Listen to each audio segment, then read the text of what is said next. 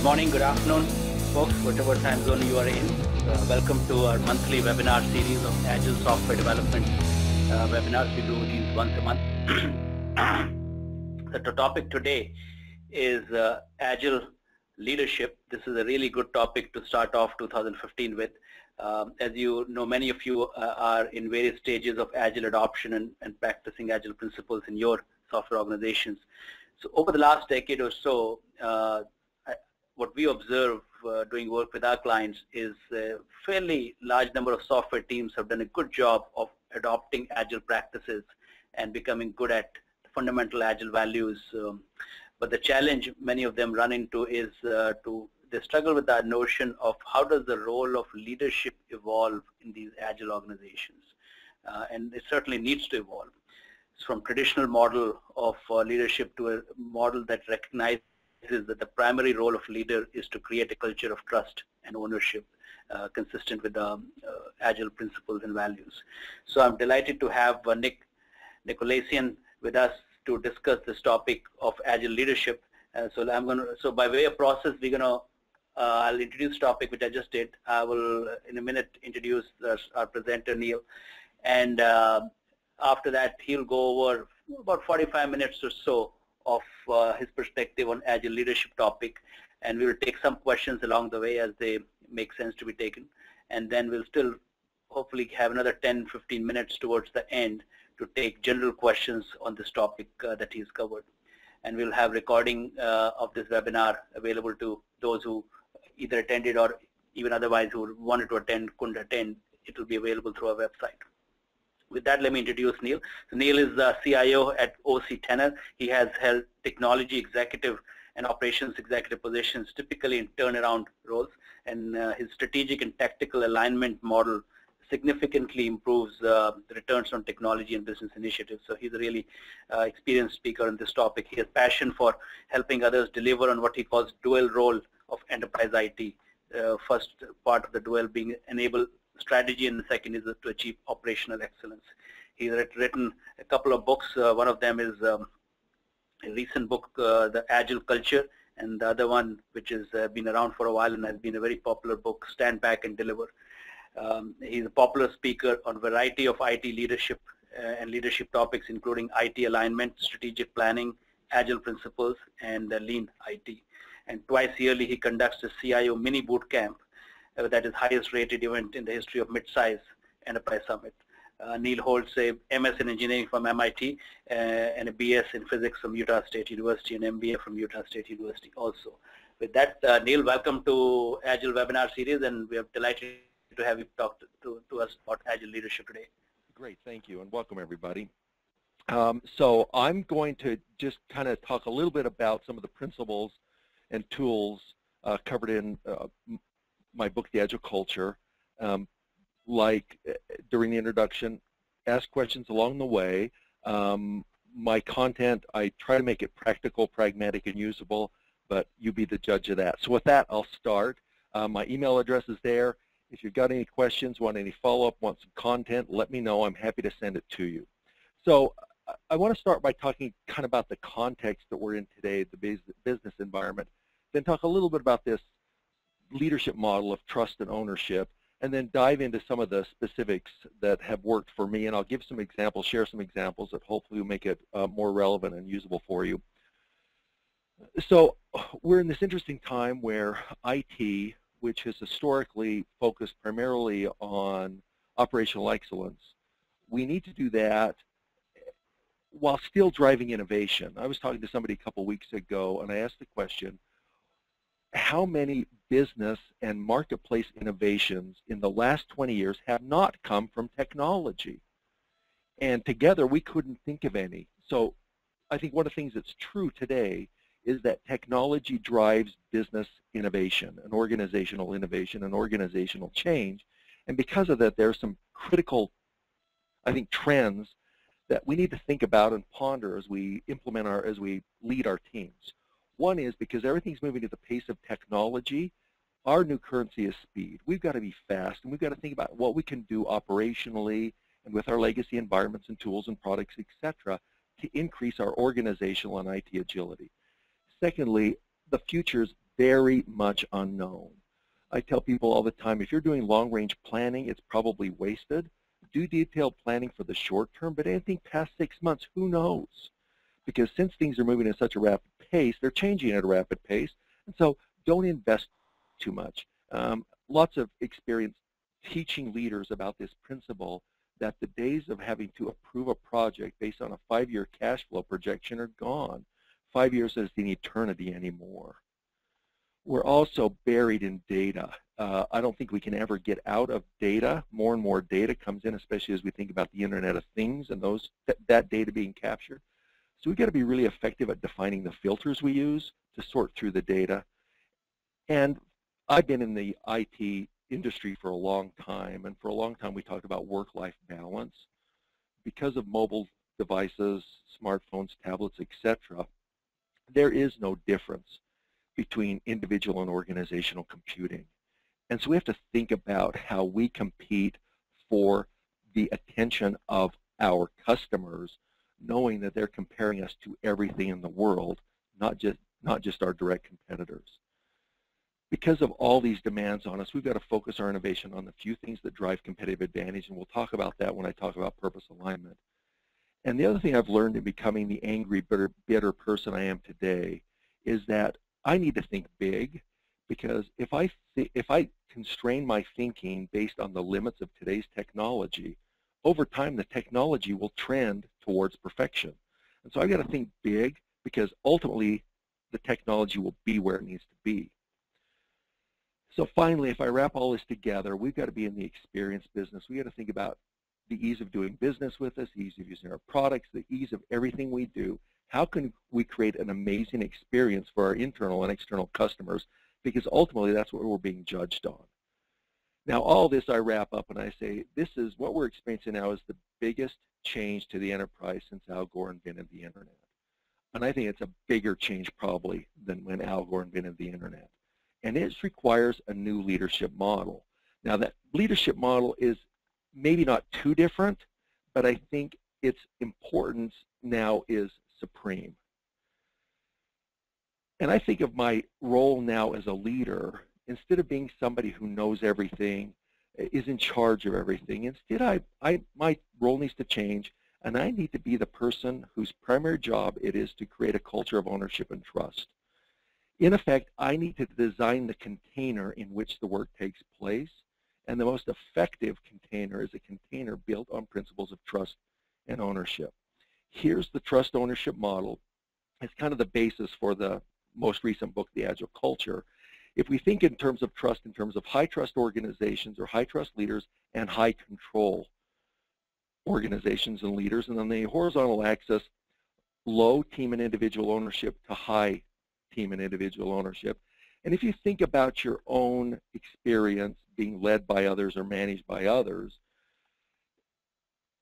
at the far lower left extreme of this is a form of command and control called micromanagement. And if you've ever experienced working with or for a micromanager, you know how really unmotivating and uninspirational and uninnovative that can be.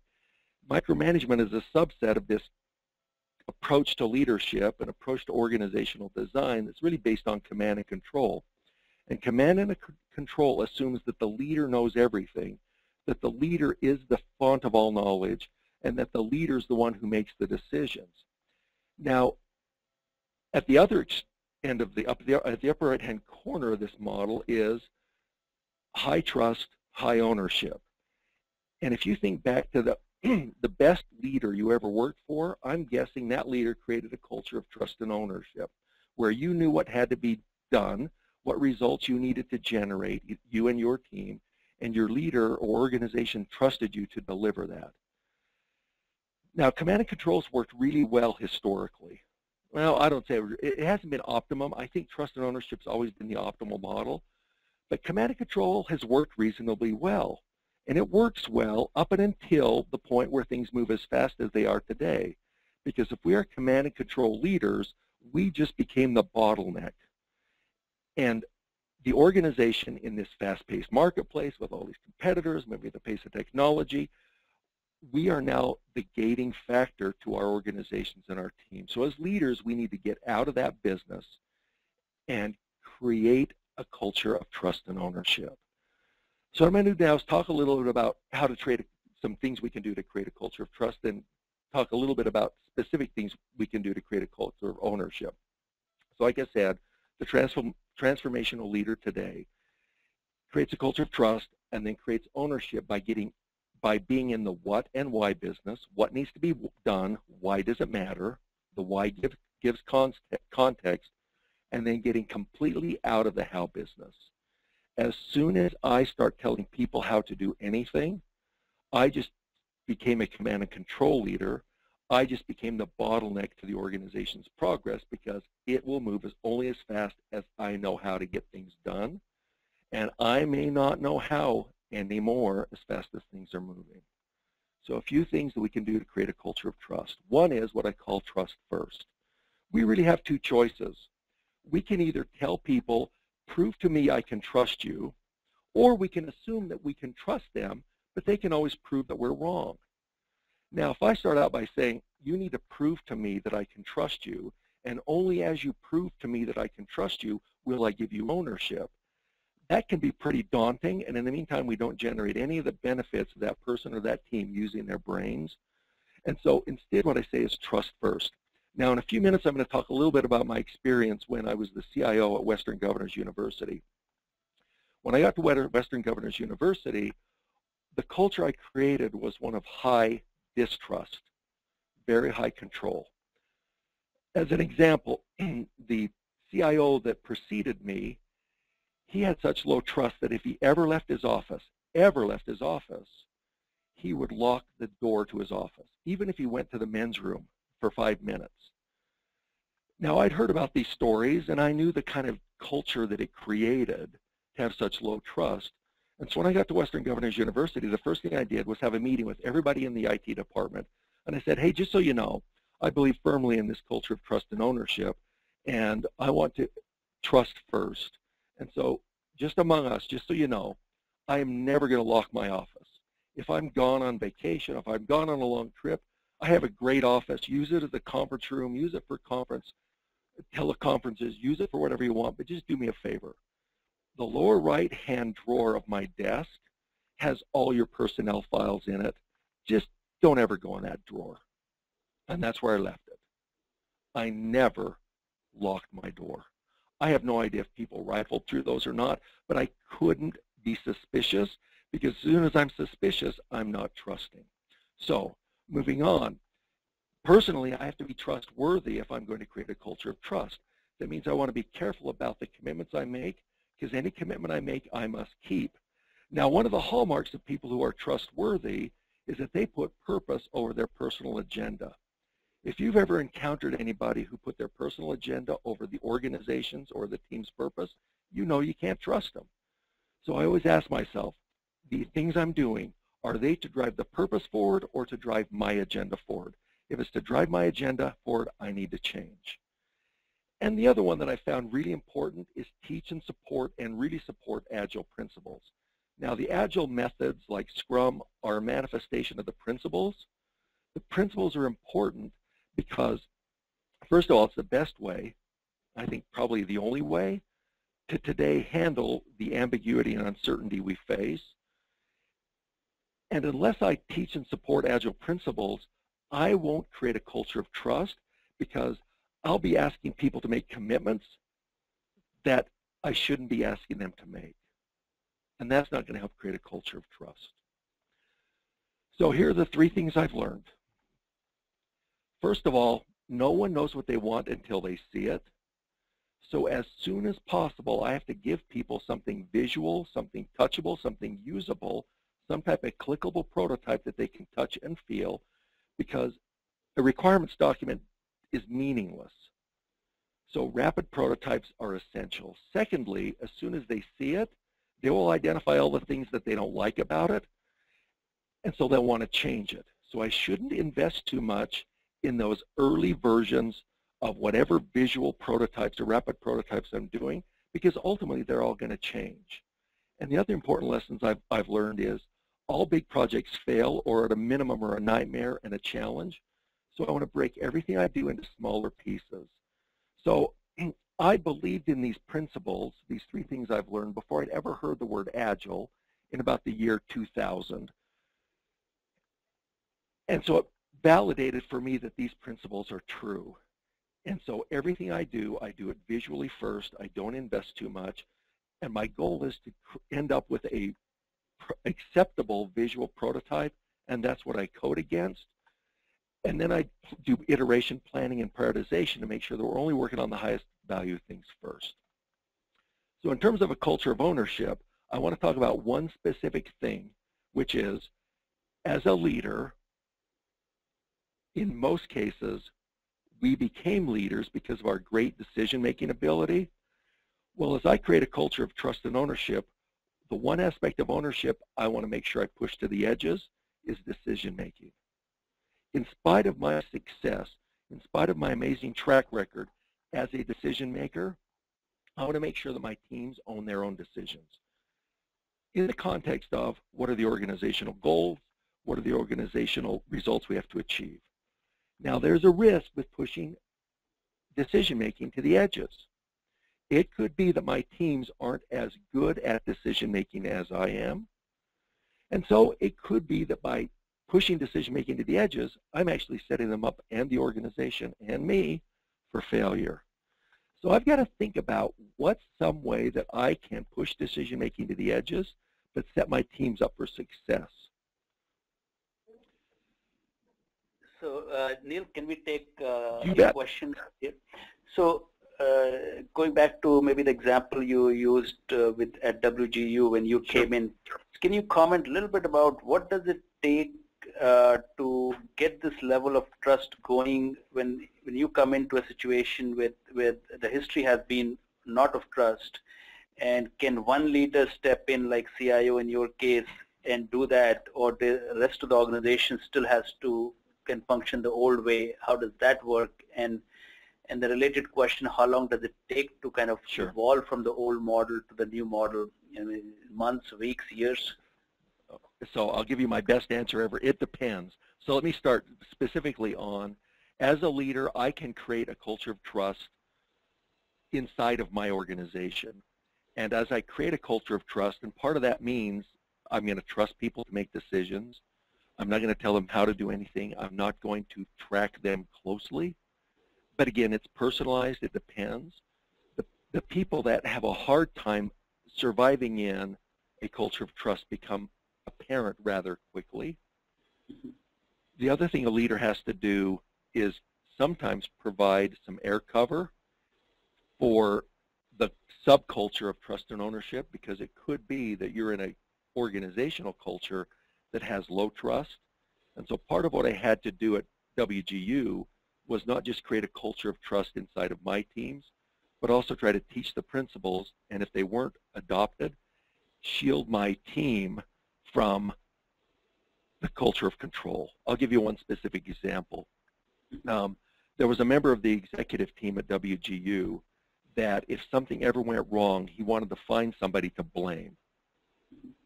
Now, as I pushed ownership and trust out into my organization, sometimes my teams made mistakes. One of my teams made a really critical mistake. And so this person wanted to find who he could blame. And so what I did, and I didn't even, to be honest, it was an interesting technology decision. They probably did something on the bleeding edge they shouldn't have. It turned out to be a bad technology decision that really hurt a project. Now, I'm not that smart. I had no idea what they were even experimenting with in terms of the technology. But when it came time to blame somebody, I told this guy, hey, listen, get off their backs. It was my decision. I'm the one that decided to do this because I wanted to shield them from blame, because if there's blame, there's no trust. So I don't know if that helps answer the question. Yeah, no, that's a good example. Okay, thank you. Yeah. Okay, so let's talk more about this decision making. So from my perspective, great decisions are repeatable, they're learnable, and they're focused on driving value in the organization and ultimately what really makes life better for our customers, whether they be internal or external. So ultimately, I think everything every success factor ultimately comes down to decision making. I'm kind of biased towards decision making as being super critical. So here's what I've learned.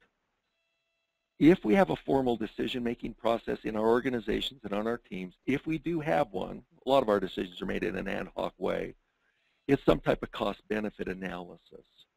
And I've convinced myself that this doesn't work. First of all, while the cost, we might be able to reasonably estimate costs, the benefits are a wild guess, a really wild guess. And there's some missing components to this. First of all, we may use a cost-benefit analysis to approve or start a project, but we rarely go through the formal practice after that for all of the dozens or scores or hundreds of decisions we make in implementation. So it's not usable, it's wrong, and the other thing I don't like about it is it doesn't really address what I call the intangibles, like alignment, time to market, time to benefit, the things that are really hard to quantify that ultimately sometimes drive the decision. So I've created an alternative that seems to work extremely well. It's called the business value model. It still has costs and benefits as an input to the decision if we know what the costs and benefits are, if they're quantifiable, if they are understandable, and we can evaluate them in some way, shape, or form. For all the things that we cannot quantify, there's that input coming from the left called considerations. These are things like risks, things like dependencies, things like time to benefit, time to market, things like compliance, all kinds of things that it'll be very difficult, or to be honest, it's not worth trying to analyze them to come up with their quantifiable value. And then the third input is where we're going to spend my time, because it's the one I found to be the most important to improving the quality of our decisions, and that's purpose. Purpose defines the design goal of our decisions and our actions and helps align us to the marketplace. It also helps us identify where we should focus our innovation and creativity. So I'm going to go through purpose alignment and show you a couple of examples, talk through what results from it. So like I said, purpose defines the design goal. Purpose is a 4-box model. I once was mentored by a famous consultant who told me any valid idea must be represented as a 4-box model. So here's my 4-box. On the vertical axis, the extent to which this decision we're making, and it could be a decision about a project, an initiative, a feature, or a function, or a business rule, to what extent will that create market differentiation for our organization? On the horizontal axis, to what extent is that decision mission critical for our organization? So if we view everything we're thinking and talking about in these 2 dimensions, we end up with 4 types of activities. We have the things that are differentiating. These are the things we need to do better than anyone else to win in the marketplace. If we do this better than anybody else, that's why customers do business with us, because we have innovated and excelled and delivered an amazing experience in these few things. Now, we can't be better than everybody else at everything, so there are very few things that fall into this category. Most are mission critical, but will never create differentiation. I call these the parity activities to denote that these are the things we need to do as well as others. There is no business value in thinking or doing these activities better than anyone else. For example, it's unlikely that any of our organizations win new customers because we're better at sending an invoice for services. But it's mission critical. We can't do it poorly. So if we're below parity in our ability to send an invoice, our customers might get really frustrated with us and refuse to do business with us anymore.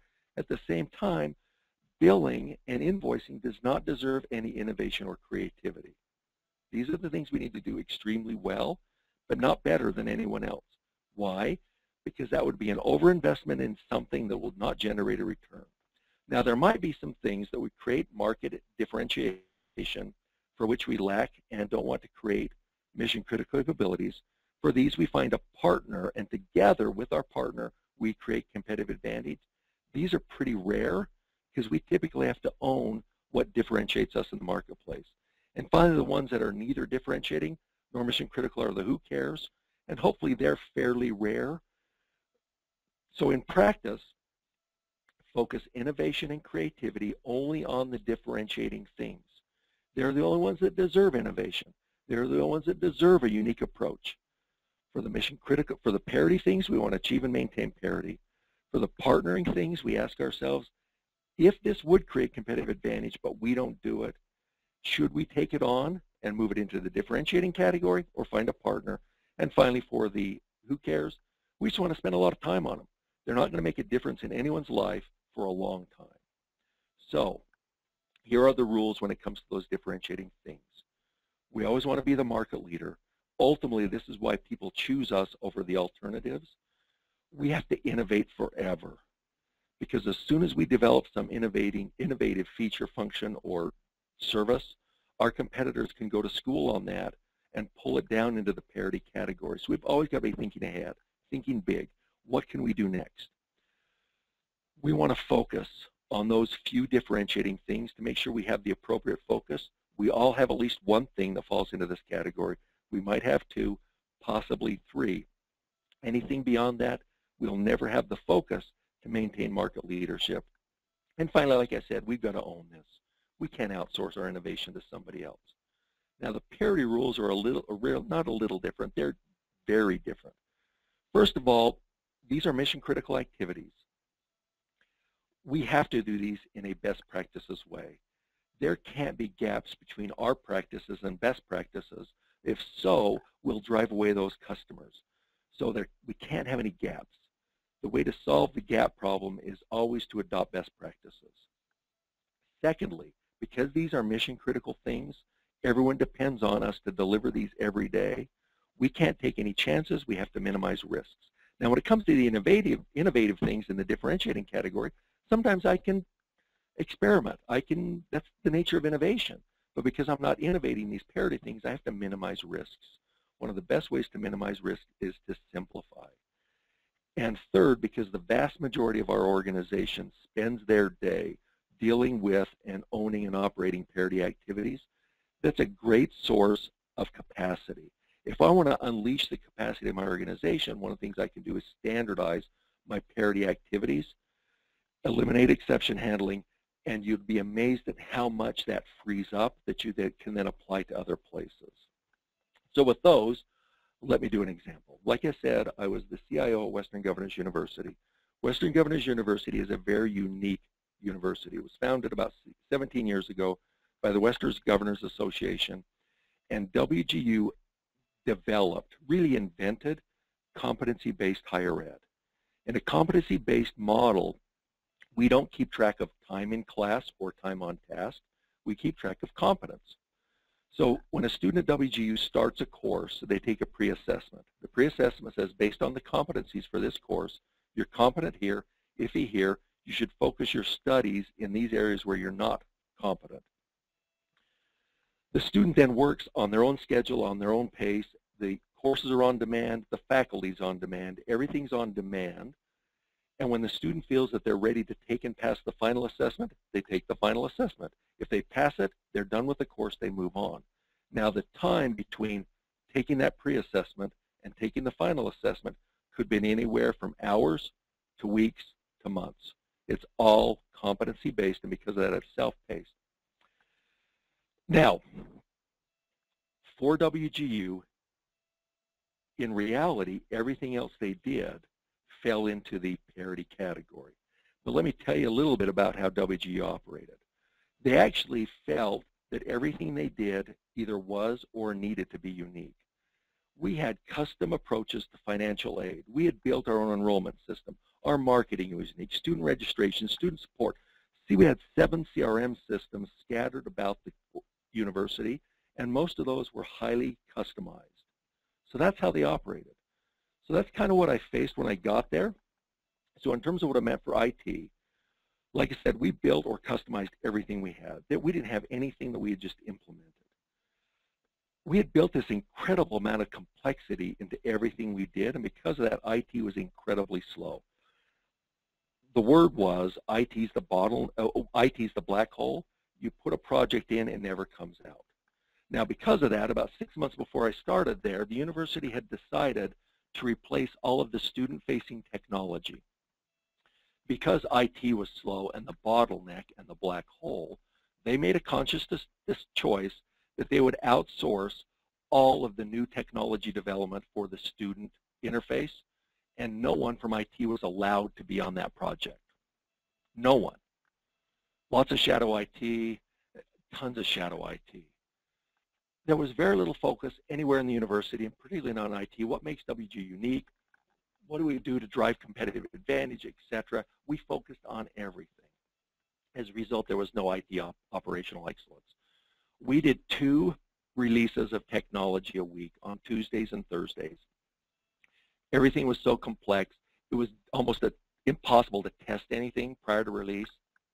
Invariably on either Tuesday or Thursday, our production releases shut the university down for anywhere from minutes to hours. So IT had no credibility whatsoever. We were the game that couldn't shoot straight. So when I first got there, I spent a lot of time working with my peers and the people who reported to my peers, and I asked them the question, what does WGU do better than anyone else? What makes it unique? Why does a person choose WGU over all the alternatives? There were a lot of competing institutions, and there was also the competition of not getting a degree. That's a choice too. So what does WGU do better than anyone else? Where should we focus our innovation? Where should we focus our creativity?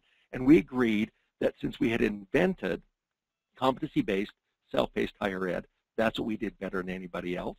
And they said, okay, then by default, once we've identified we are the market leaders in competency-based, self-paced higher ed, everything else we do is parity. Now, because everything else we do is parity, our goal for all those activities and systems is to achieve and maintain parity with the marketplace, to standardize, simplify, and adopt best practices. So our network, it's mission critical. At the time we had about 30,000 online students. I guarantee you our network was mission critical, but it did not deserve a unique design. Now, our network design was a little unique, it was a little complex, and because of that, it sometimes went out. Now that we recognize that it was parity, we went to school on the market leaders in network design, and we designed networks the way they did. Our network never again went down. We replaced those 7 CRM systems with one that was configured, not customized, student information system, portal, everything we did. Our enrollment system, we standardized that over time. So let me give you some examples. So one of the projects for the new student technology was we were building a custom student portal application, or sorry, student profile application. This captured basic information about the student, name, address, telephone, career goals, educational experience, work experience, a whole bunch of stuff, great stuff. Ultimately, this information we captured in our student profile fed the advanced analytics that I'll talk about in a few minutes. We had 4 outsourced software engineers that had, when I arrived, had spent 4,000 development hours writing our custom student profile app. And when I got there, I asked, how does a student profile app contribute to self-paced, competency-based higher ed? Is it parity or differentiating? Does it support a differentiating activity or a parity activity? Do students come to WGU because of the amazing student profile app we built? No. Well then, what should we do about it? So I killed the project. The engineers weren't very happy, nor was the project manager, nor was the outsourced software development company. And I asked them, I said, just explain to me why we're doing this level of effort, building our own custom student profile app for a parity activity. Well, it's mission, we got to have it. I said, I agree, we got to have it. But let's think of some different ways to get to parity without building our own. So on a Friday afternoon, I went to my... Ask a question on this one? You bet. So in these cases, as I'm listening to these examples of these 2 quadrants, how much of this challenge you or one could handle from your experience within the organization the leader is in, that you versus Sure. needing to get validation from the peer organizations, say marketing, right, or strategic planning and all that, to make sure things that they buy into this model of right, what should be parity versus what should be market differentiating. And so fortunately, I came in at a role on the executive team where I could have those conversations with the members of the executive team and their organizations. But I've seen this work equally well at the project manager level, where the project manager is working with the product owner or the product management group and having the same conversation about why do people do business with us, why do they choose or the alternatives. Okay, now let's reflect that in our product and probably stop over investing in parity activities. And I'll go through some tools I use to kind of lead people through that conversation in a couple of slides. Okay. All right, so on a Friday afternoon, I went to my one CRM engineer and I said, Paul, here at a high level are the student profile requirements. I just need to know, before I really kill this student profile project, the custom developed student profile, what would it take to configure this in our CRM system? He came to my office on Monday morning. He said, Neil, I've done an extensive analysis. It'll take 8 hours. I said, 8 hours? How can you know? He said, because I did it on Saturday. So we compare 4,000 hours of effort versus 8 hours of effort. And it's not just the level of effort, it's what is the desired outcome. 4,000 hours would be worth it if it was going to move the needle in our students' lives. Student profile was mission critical, but it wasn't going to make a bit of difference in student success. Like I said, CRM, another parity activity. Students didn't choose WGU because we had 7 different customized CRM systems. We replaced it with one. We took standardization so far that we had one model for case management across all departments of the university. 20-something departments, here's how we manage cases. No local variations whatsoever. I had 4 software engineers who had built over the years and spent every day managing and enhancing a custom enrollment system. Do students come to WGU because we're better at enrolling them in the university? No. We replaced that custom enrollment system with the front end of our CRM system. We configured it. I freed up those 4 engineers. And that's what I mean by unleashing capacity. How much capacity are we wasting on things that aren't going to make a difference in our customers' lives? Now, the analytics, that was differentiating. And so we did some really interesting things with advanced analytics to predict and identify which students were at risk so we could focus the attention of the university on those. So just to give you some results, as you know, I kind of described the situation we inherited. 6 months later, our IT project throughput had about doubled. Now, part of that had to do with a rapid adoption of Agile principles and Agile methods. That increased our output as well. But at the same time, you think about, I'd freed up 4 software engineers that were no longer working every day on a custom enrollment system to apply to other projects. I had so much IT capacity, we were just a lot faster at everything. We got so fast at delivering technology because we were now properly aligned in our resource allocation and our design goals that 9 months later, the university asked us to slow down. We developed these really amazing student analytics. I'll show you through those. Over the next 2 years, IT budget doubled, and WGU is a nonprofit university, and any excess funds were first offered to IT before they were offered to any other department. As an aside, on a personal aside, people heard about what we were doing at WGU. I got an amazing job offer and ended up at OC Tanner, but that's kind of a personal thing. So the challenge with this model is getting agreement on what goes in that upper right-hand box. Once we've got that, we know everything else is parity. So here's kind of a approach we can use. I stole these from Peter Drucker's 4 questions, kind of made them my own. So the 4 questions I asked to identify what goes in that upper right-hand box are, number 1, who do we serve? That defines our customers and customer segments. Second, what do they need and want more than anything else? Do a quick needs analysis by customer segment type. Third, what do we do better than anyone else to meet those wants and needs? And here's when you have to really be honest with yourself. What do we do better than anyone else to meet those needs and wants? And finally, what's the best way for us to deliver our products and services? Because our delivery model could be what defines our differentiator. Now, when you go through this exercise, you get a lot of interesting answers. I've had chief financial officers tell me that the thing we do better than anybody else is our accounting. So the other thing I have, the other tool I have is this thing called the billboard test. If something's truly differentiating, if it really belongs in that upper right-hand box where I have to do things better than anyone else, that's stuff we advertise. That's what we proclaim to the world, we do better than anybody else. So would we ever at WGU have told prospective students when we were doing marketing, come to WGU, you wouldn't believe how cool our student profile app is? Never. We talked about self-paced, competency-based higher ed. We talked about being in control of your life at the university, never about student profile. So these two tools, asking and answering the 4 questions and the billboard test, helped us identify the thing we did.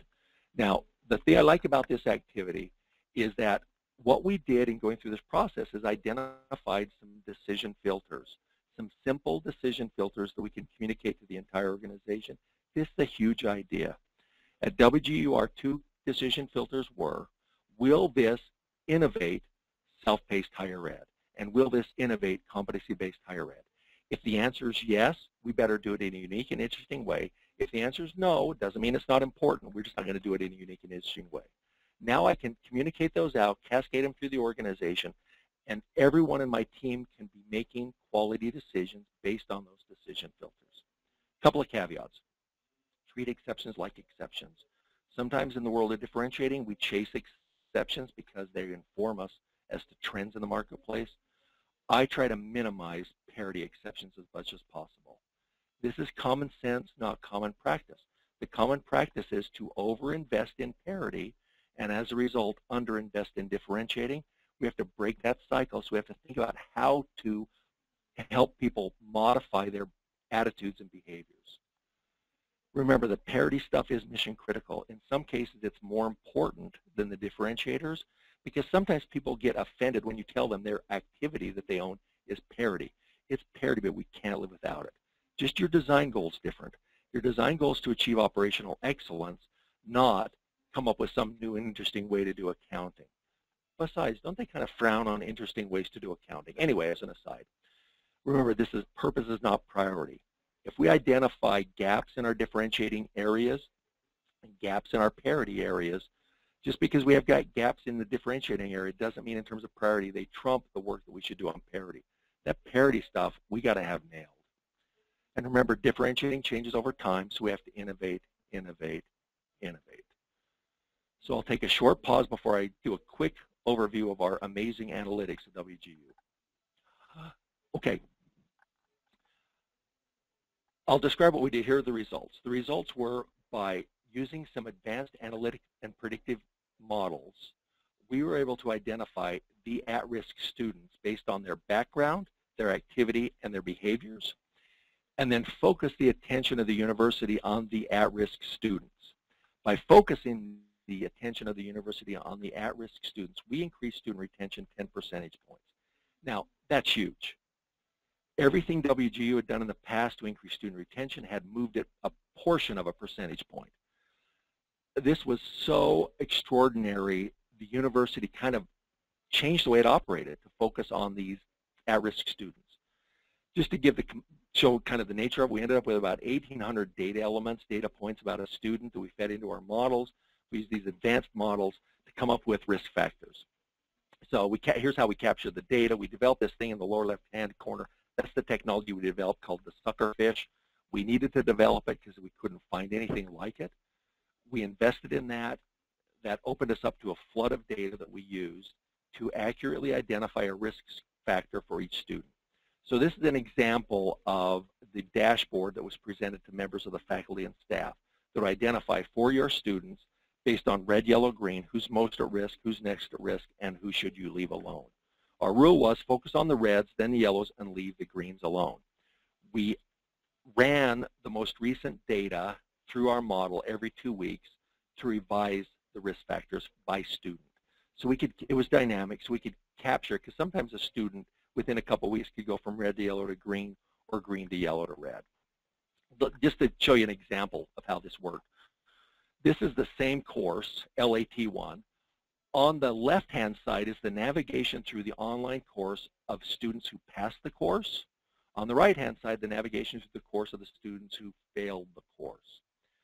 Now, our advanced analytics using machine learning could tell when based on the student's profile, in their first 10 minutes of a session where they were trending towards passing or failing, and we could start to do immediate interventions that early into their course.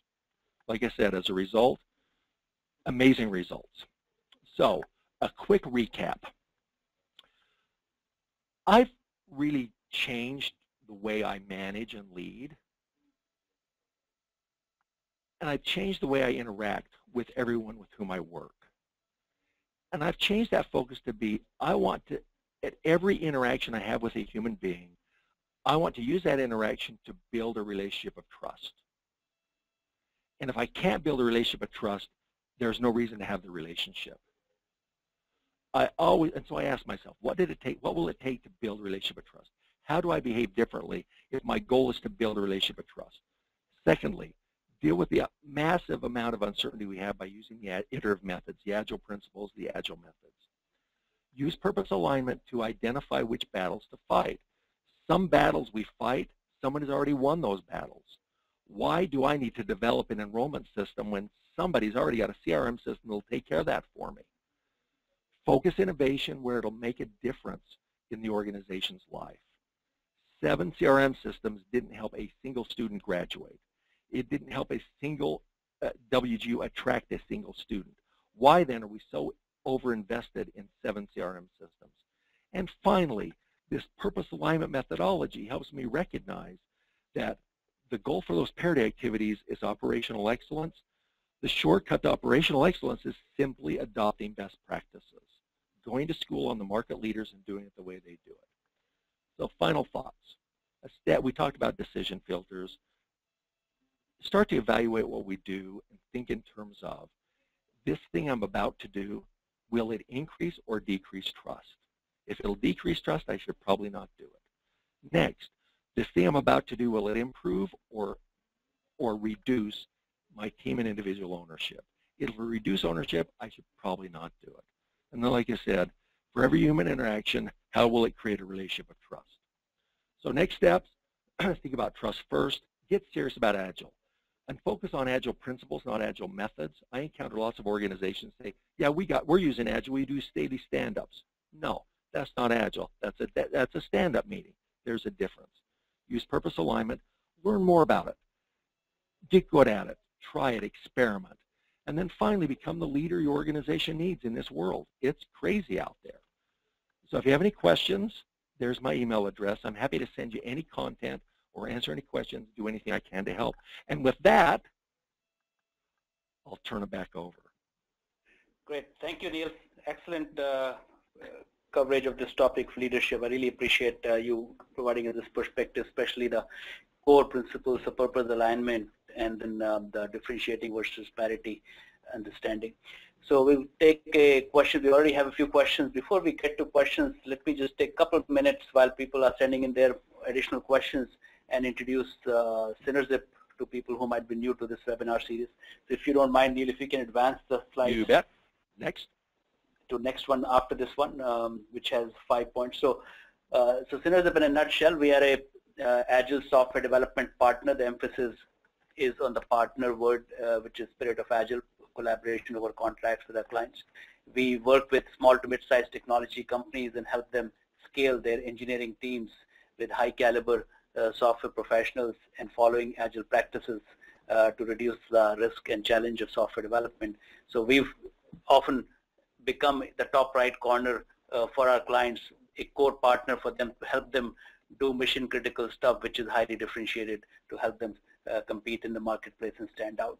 We have a development center in India, so we are able to also in addition provide a 50% cost advantage to our clients who work with us on ongoing development, and along with that also provide the flexibility, so whenever they feel the team is sizable enough and they have a strategic need to convert that team that is working with them at Synerzip into their own development center in India, we facilitated that model also.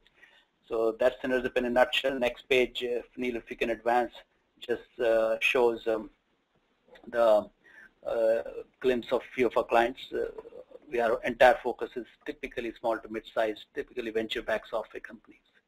So with that, let's go to the next page. And this is a promotion for our next webinar. So stay tuned. We do monthly webinars, as I mentioned in the beginning. Next webinar is on this topic of Docker containers. Essentially, this is a technology which allows you to develop your software in a cloud agnostic way. Really powerful new cutting-edge technology stuff. We'll cover that in our next webinar. So with that, let's take a few questions. So if you're ready, I'll start going through the questions as the time permits, Neil. I'm ready. Sounds good. But remember, only easy questions. Okay, I'll try my best. I'll filter the tough ones out. Okay, so the first easy one is, since you talked a lot about trust and ownership, you gave good examples on both, but can you provide some more nuts and bolts advice to people on how to create the ownership culture in the team, where they can take ownership? What should a leader do so that team begins to take more ownership? Team members begin to take ownership. Yeah. So one of the things, and I'll admit, I'm kind of a recovering micromanager. I used to track people very closely. I used to track their status and keep an eye on them all the time. And I learned that that did not promote the behavior I wanted. And so what I've replaced that with is, when I talk about focusing on what and why, is imagine setting up kind of a container. It's a weak analogy, and it's visual and it's hard to grasp. But the walls of the container define the outcomes we expect. Here are the results we need, and also any constraints. Here's the budget if you've got, here's the timeline, here's the resources. So that defines the what, and then part of it is why this thing matters to the organization, because I always want to make sure that my people understand why this work matters. It motivates them, it inspires them. Once I've defined that container, I turn it over to them and say, I don't care how you deliver this, as long as you don't violate the constraints. And all I monitor is the elements that define the walls of the container. Are they going over budget? Are they, looks like they're going to be late? All I care about is tracking that stuff. Details I don't track, methods I don't track. Now, if they call for help, I'll help them. But in general, what I'm going to do is define their ownership and then give it to them. And all I'm going to monitor on a very infrequent basis, I do it on a monthly basis. I sit down with every one of my project teams and I ask them 3 questions. What'd you get done this month? What will you get done next month? And are you having any problems I need to solve? And that's it. And if they need help, they'll call me. Hopefully I've created enough trust that they know they won't not afraid to call me. But then, not that I let them free, but I'm certainly not following them in their footsteps. And sometimes it takes a few cycles of that for them to fully believe in my principles of ownership. But teams respond, and they do amazing work. And the best thing is I don't have to do anything. I can become incredibly lazy and take credit for all the great work that's being done. But that's one of the best ways I've found, is just define what they own and then let them own it without doing interventions. Okay, excellent, thanks. Let's take another one. So what if you are a middle manager or a staffer? How can you change the culture? I think that's hard, that's challenging. I've done a lot of work with a lot of organizations where, I implemented purpose alignment at the team level, and then the team got frustrated because they were still getting day-driven requirements imposed them by product management or sales management or whatever. And I think, to be honest, the best way to change the culture of the organization outside of your team is with the results, where I'm going to create a culture of trust and ownership on my team. It's going to work. We're going to achieve superior results, and then people are going to ask us what we're doing to achieve those results, and I'm going to use that opportunity to educate them. That's a hard one to ask or answer because it's kind of situational depending on how much culture change there needs to be. But I found it works best. The proof is in the delivery. For example, at WGU, the organization had experimented with Agile methods before and failed miserably. So I showed up and said, okay, we're going to use Agile, and there was a lot of skepticism. And so what I did is I took one project. It was supposed to last 6 months. They were already in the project 6 months, and it was 6 months behind schedule. They said they would need another 6 months to get done. Mm-hmm. And I said, okay, well, what's the worst that can happen by experimenting with true Agile, real Agile, not the way they'd done it before, on something that's already train wrecked? Will more people die than are already dead? No. But I set it up as, okay, this is the proof of concept. We're going to do real Agile. Within 6 weeks, the project was back on track and was finished within another few weeks after that. And I was very select. I told people, only this team's doing Agile. The rest of you are not worthy of Agile. I set it up as kind of an operating theater. You can observe, but you can't participate. After this amazing success, I had people from across the university that had nothing to do with technology coming to my office saying, so I've heard about this Agile thing you're doing. What can we do to use Agile in our organization? Because the success was brilliant, and we communicated it, and we made it kind of restrictive. Oh, you're not good enough for Agile, which made them clamor for it more. So I think delivery overcomes all opposition. Excellent. Let's take another one. Performance reviews and compensation reviews or changes. So in this new leadership model, how does the annual performance review and compensation system, how do they change? Okay, so first let me say, no matter what I'm about to say, I always comply with the organization's performance management process. But all I do is comply. Everything else is open. So at WGU, they had an annual performance review process and then a separate salary increase raise process. So we complied. There was a form we had to fill out on every employee. We filled out that form. That's all we did. What we really did was every team got to self-evaluate the members of their team, and their only goal was identify. Here's what I've learned. Every team knows who the bad people on the team are. As a team, if you can't solve that problem, let me know. You own the performance of your team. If you got people on your team that aren't performing and you can't solve the problem, let me know, I'll help you. So we replaced this annual process with which we complied with a much more frequent feedback, because we did feedback at the end of each iteration. Okay, part of it, how are we operating as a team? Is our team performance where it needs to be? Just part of the reflection process, what do we need to change in our team performance? And I encourage the teams, if you've got somebody who's struggling, let them know they're struggling. It's one of the worst things we can do is not tell somebody they need to change. Now, in terms of the salaries, we knew, I had a pretty large IT organization. My managers knew who the best people were on their teams. They knew who the people who were struggling. And I just said, just make sure that that's represented when it comes raise time, because I want to reward the people that are doing well, and I don't want to reward the people that are struggling.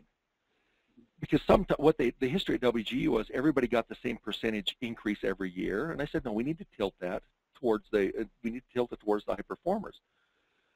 And the other thing I did that I think reinforced this trust ownership notion is I said, here's the pool of money we have to spread across in raises across the entire department. You guys figure out how you want that spread. So managers do it locally, and then as a group of managers, you get together and rationalize, because maybe this guy's got 5 high performers and we need to give them something extra. It's got to come from somewhere. And I just took myself completely out of it. And it was the first time in their lives they had ever done it themselves. And it made a huge difference, because now they owned performance management and I didn't. And it helped me be lazy as well. So I don't know if that answers your question, but we kind of created our own approach to performance management while still complying with the university's annual process. And I worked really closely with the VP of HR, and I told her what we were doing, made sure she didn't have any problems with it, and she didn't, and just said, we will comply. But other than that, if you want to come and observe, you're welcome to see what we're doing. I was very transparent about it, but we're going to experiment with this, and if it doesn't work, we'll change. And she was very supportive, and it worked really well. Excellent, excellent. This is a great idea. You have time for maybe one last question if you can squeeze in. So in an organization, if you have the troops, the staffers who have seen the light, they understand this model and been practicing Agile and see the value of these ideas, but they happen to have a leader who is traditional, old school, what can they do? I think, I got to be honest, one of the things I've done in the past is I have become very honest in my communications. I once had a leader, a CEO, who micromanaged me. And I had a heart-to-heart with him one day where I drew this concept of the container, and I said, Kirk, here are the results you've asked me to deliver. Yes. I said, now after you've asked me to deliver those results, you've climbed into my container, and you're following me around. You've got better things to do. I've got better things to do. You've given me a lot of responsibility because you trust me. Yes, I trust you. Show that trust by letting me own. And I just had that talk with him. Now, it doesn't work at all times because you got some people that it's leaders that are so cemented in their ways, or managers, that they're not going to adhere to that. And if so, one of my mottos is win-win or walk away. If you can't develop a win-win relationship, it's not worth your time and effort. Go somewhere else. Well, thank you so much, Niel, for covering this topic and handling these mix of tough and simple questions that we were able to assemble here. And thank you everyone who attended our webinar. Stay tuned for next month. You have it in front of you, 18th of Feb, and we look forward to Niel welcoming you back for another webinar in 2020. Great.